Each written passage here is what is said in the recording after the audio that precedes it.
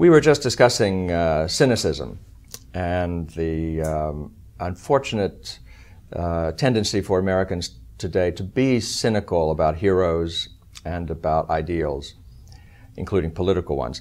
But you know, the greatest enemy of cynicism around, at least self-proclaimed, is Barack Obama, who in 2008 ran against the cynicism that had persuaded Americans for a generation that great change was not possible in our politics, and that we couldn't resume the liberal advance that had been cut off after the Great Society. But when he talks about cynicism, for him the opposite of cynicism is hope. I think for conservatives the opposite of cynicism is character or virtue or a substantive moral good, not just hope, which is basically, which is a kind of emotion, one could say. What do you make of that? Do you find Obama to be a helpful moral figure in the country and political figure in terms of his liberating us from cynicism, or is he introducing us to something worse? He certainly has kindled hope in the hearts of many people. He had a huge following and still has a very large following, though he's disappointed, arguably disillusioned a lot of his troops. A lot of this is personality. Some people say, well, there was a kind of hypnotic trance that he cast over people. But this is a free country. I was immune, by the way. Yeah, I know, me too. But and people can kind of will to be entranced in this way, and I think a lot of that was going on. And he even spoke of being an empty vehicle that people projected their own hopes and values on. We've been waiting for. There was one of those comments. Right. He hasn't made me more cynical about politics. He's made me more active in politics. And he's made me more critical of what it is he's up to. I don't think he's a cynic. I think he genuinely believes what he's doing and is proposing. And I also think individually he's got some characteristics. Obviously, pretty good husband, very good husband, maybe very good father. And he also has, a kind of charm. What will the effect of the Obama presidency be? I think it could result in a big crash of confidence and maybe more cynicism, because this was the guy who many of his supporters thought was the guy. This is the perfect, this is central casting. This is what you want in a liberal Democrat president. But the question of whether he has succeeded or not is a different question. I don't score him down. I guess I'm coming to the end and answering your question. On the cynicism front, I don't think he's made people more cynical. I think he's probably one of the most important things he's done is generated more political activity. He certainly did in November 2010. The Tea Party and so on. We shall see if that happens in the summer and fall of 2012. I sort of think he is certainly a figure who has campaigned against cynicism, but I think the ultimate effect of his administration is going to be a tremendous increase in cynicism about politics, because whenever you overpromise, and no one has not overpromised if Obama has not, you raise expectations for things that government simply can't do. Not simply managing health care, although that is an impossibility with ramifying consequences, but to stand in the vanguard of moral progress and represent the future in all of its wondrousness and all of its complete lack of definition. But hasn't... I can't see how that... I mean, it's sort of like the 60s in a more respectable and more probably successful Camelot. But in the end, it leaves a bitter aftertaste, doesn't it? Maybe you're right. If the liberal project is, we will take care of you, from cradle to grave. I'll never forget the debate with Bill Clinton and George Herbert Walker Bush and Ross Perot, in which Clinton said, we want this stuff when you're a baby and this stuff when you're dying, and we'll take care of everything in between. Just give us the money. And this is kind of what Obama is talking about as well. And that project is bound to fail. And I think that is the project. Will that lead to disappointment? Yes. Disillusionment? Yeah. Some cynicism? I suppose it will. But it may also remind us and energize us about what is possible within our Constitution, our Declaration of Independence, and our history as a country. It has gotten a lot of people up and at him.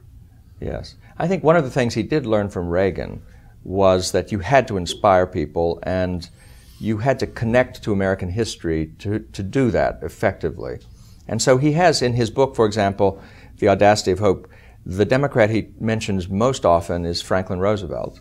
And he seems, despite, he of course has this admiration for Abraham Lincoln, which is well known, but he also has a serious desire to return his party to the glory days that it had under LBJ, and even more so under FDR. I don't object to that, the notion of a national project, a national purpose, and that we're destined for greatness and we can do great things.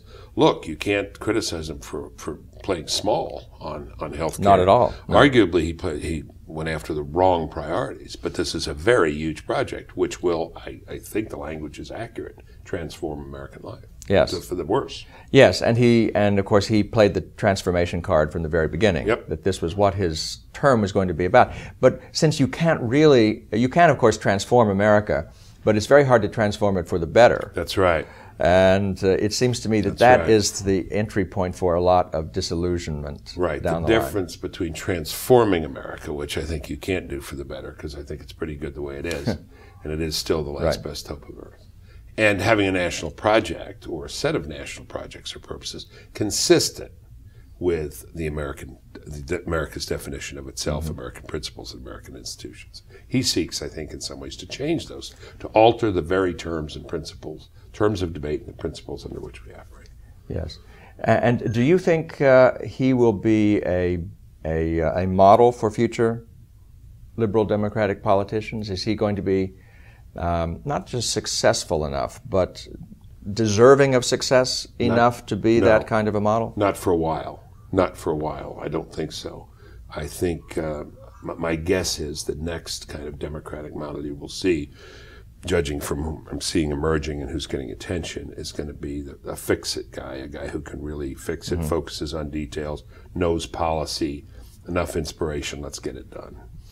Of course, he aspires to be that as well in the second term. I mean, but he can't run on hope. Yeah, but but he doesn't know, because he doesn't know policy. Right. He's an intelligent guy, but he doesn't really know the implications of his actions. I think he's got a kind of he's got an ideology. I think there's a kind of straitjacket there. Hannah Arendt wrote once, there's nothing more confining than an ideology. And I think he sees the world through those terms. And it's not working. And I think by the time we get to the election, I hope majority of the American people see plainly that it's not working. Yeah. Sure, mostly on pragmatic grounds, on practical grounds, on bottom line grounds, not on who's more inspiring. Right. Do you find him, as I do, soft, so to speak, on American exceptionalism? Yes. And this is, it struck me when he gave his famous speech about Jeremiah Wright, separating himself from Jeremiah Wright, that what he didn't do was quote the words, "all men are created equal," in a speech about race in America, slavery in America, where Martin Luther King or Abraham Lincoln or any other sort of iconic American figure would immediately have reached into the Declaration of Independence and grabbed those words as a sacred text.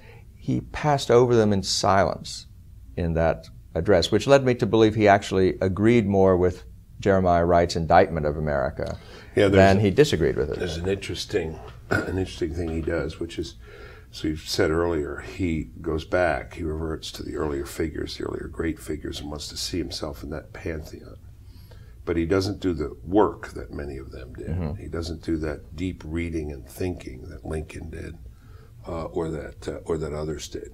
It may be, I mean, from his point of view, I think it would be maybe fairer to him to say that he does feel he's representing the country, but he's not representing the real country or the country of the American past. He's representing the country of the future.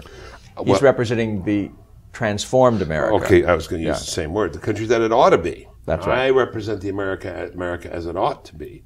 But for many of us, we think it's really pretty impressive the way it is. Yeah, we can fix things, we can improve things. Things can always be made better. Right. But the task is not transformative. The task is to make ourselves live up to our basic premises. Yes. I mean, America as it is has always had a component of what it ought to be, I mean, from the Declaration of Independence on, we've been aspiring to perfection, as it were, and are acutely conscious of our imperfections. He's got to wonder sometimes, you would think someone would say to him, why do you think all these people want to come here?